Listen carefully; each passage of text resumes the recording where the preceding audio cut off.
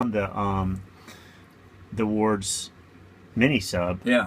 I mean, what was kind of going through your head? I mean, was it, Well, when I first found it, when I came across it, it was, first of all, it was like elation. We were just, and then I realized we had just a limited amount of time, and really wanted to make the most of it, to really do a detailed survey so we could pass it on to NOAA. Mm-hmm. And so we started coordinating sub to sub, lighting it and checking out the torpedo tubes.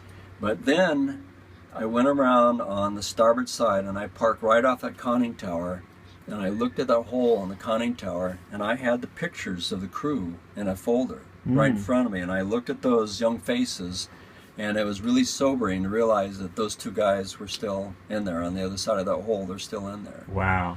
And that's the way everybody felt. Everybody, it was really exciting at first, but to realize that there's still two crew left in there, and that was a burial site. Yeah. That's a war grave.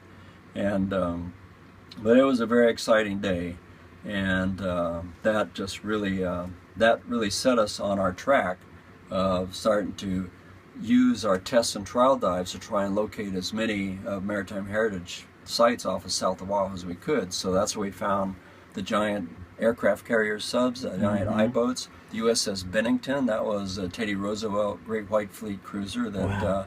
And a lot of early steamship trade vessels and aircraft, and the wreck of the Marshall Mars, one of only 5 of the largest seaplanes that were ever built. Really? And yeah, we found so much stuff. And then there was another seaplane squadron of planes that were built by Keystone Aircraft that were old biplane open cockpit flying boat squadron that were all replaced by PBYs, and they took all those out and dumped them, and we actually found them with still the insignia, the squadron insignia painted on the side of them. Jeez. And so we've used, when we can, we've gone in areas where we might stumble across some historic target when we can during our test dives. Of course, during our test dives, each one of those dives, we have a mission that we're trying to accomplish to get the subs ready for a science dive season, get everybody back up to speed. So it's not like we can focus those dives on going to some target that we really want to look at. And the way the dives may evolve is that we are not able to get there. But one of the things that we did is that after discovering the Ward's midget, we realized it was a carbon copy of that 3-piece midget. So we felt that we have maybe found the 5th and final midget, Yokoyama's. So Yokoyama was still alive that night and called in to their mother sub at 9 o'clock that night, reporting a successful attack. And he fired his torpedoes and was never heard from again. So the big mystery was how did this submarine get in the defensive sea area with all the other junk, intentionally disassembled and intentionally rigged with cables, and end up on the bottom with all these wrecked landing craft? But Steve and I believe in our theory enough that this was the 5th and final one, that we went public with it. And Chris Kelly gave a talk at a Pearl Harbor symposium and sort of presented that theory that this was the 5th and final one. Wow. And I had called John Chatterton when we found the Ward's midget. He came out, and History Channel did a documentary, and he said, if you ever have anything else, this was great fun, give me a call. So I contacted him, and then Nova came out to do a documentary on it. And the Nova researchers found this Admiral Ueda, who was a midget sub-commander and became an admiral in the new Japanese Navy.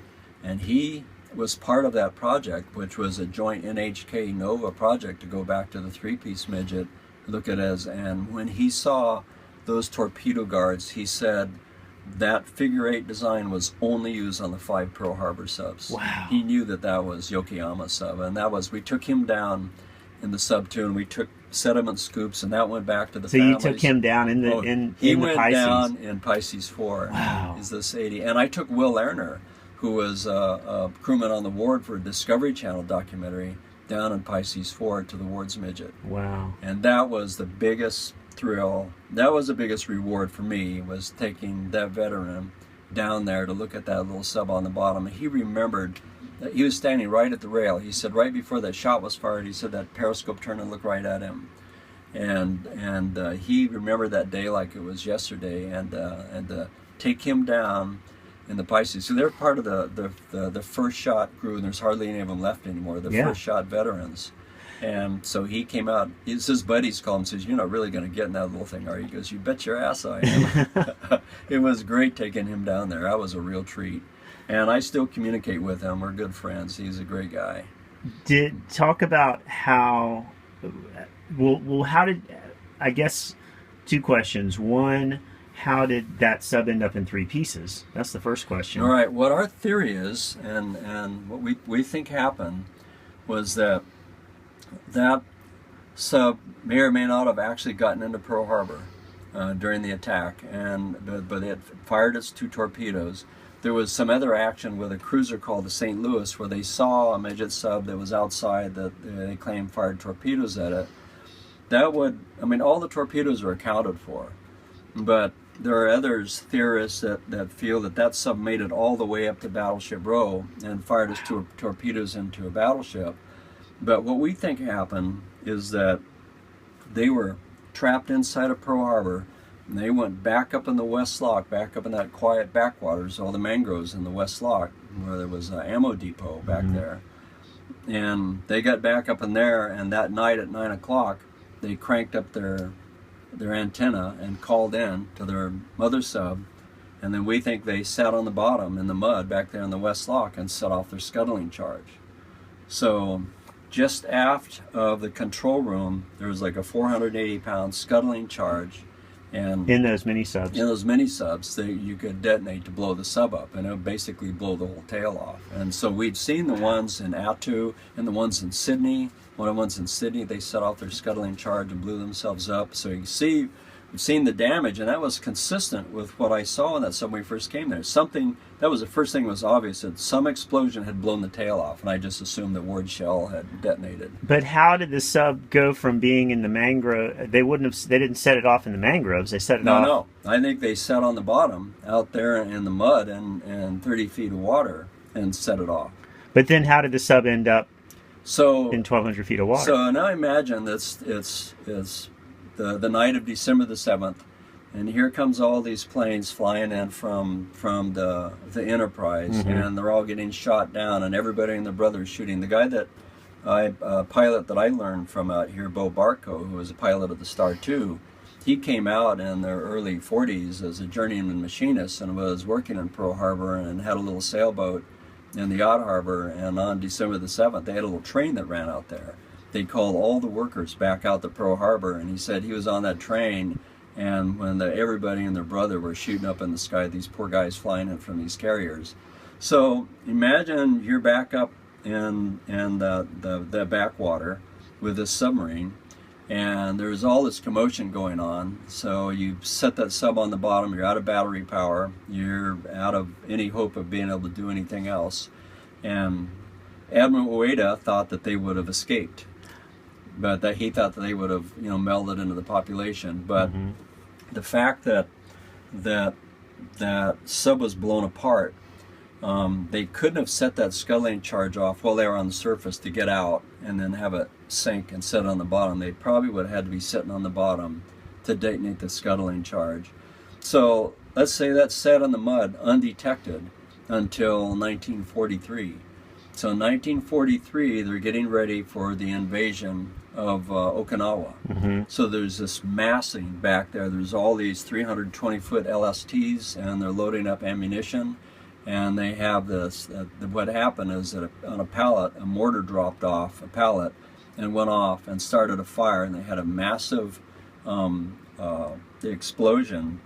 Basically, it was an ammo depot explosion that sank all these vessels and killed over 200 guys. Oh my God. And the Navy was trying to keep that, they were suspecting sabotage, they were trying to keep that whole thing quiet, but they also had to get back on track to get back to this invasion. So all these landing craft were write-offs, and it sank all these vessels back there.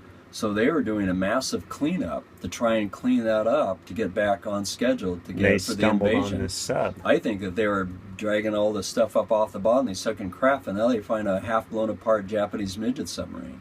They just carried So that out I think they got it up, and to make it more manageable, they cut the flange joints, and we went out and proved that the flange joints were cut because you could get inside and unbolt them and take them apart. But I scraped the flange joint and there are all these sheared off bolts in the flange joint. So they cut those apart, and we think all those landing craft that were out there around it were all part of that west lock. We think they probably took all this junk out on a barge, all rigged up to dump over the side, and just drifted to the southwest of the predominant wind and seas, dumping the stuff over. So there with the tail and the main hull and the bow. That's where we think that all ended up. I think those two crew are still in there. Wow. So well, why would that's they our have? theory. Why would they have not? I mean, wouldn't the Navy have recognized? By that time, the Navy knew all they needed to know about these midget subs. They grabbed some in Guadalcanal and the ones in the Aleutians. Right. They were ones that were banned in the Aleutians, and they had Sakamakis. And they went through Sakamakis with a fine-tooth comb, and they got everything they needed to know about the sub. Just from Sakamakis, it was totally intact. So he just washed up on the beach here at Bellows. And that was one of the Pearl Harbor subs. That was one of the Pearl Harbor subs. Because Sakamaki became POW #1. Oh, wow, that's right. And he beached right over here at Bellows, just right up the coast. Crazy. And so you think that these guys blew up the scuttling charge in the mangrove area in 30 feet of water? I think they sat on the bottom up there and blew themselves up, and it wasn't detected until the ammo depot disaster, and then during the cleanup. So that's the only thing that we can think of that would explain why it was intentionally disassembled and rigged. And when that Nova documentary came out, we were really hoping that some old veteran would, come out of the woodworks and say, "Yeah, I was there," and but we haven't heard anything. So it's still a big mystery. Wow. But we worked with Jim Delgado, and there is no other explanation for that little submarine. But the one that clinched it for us was Admiral Ueda.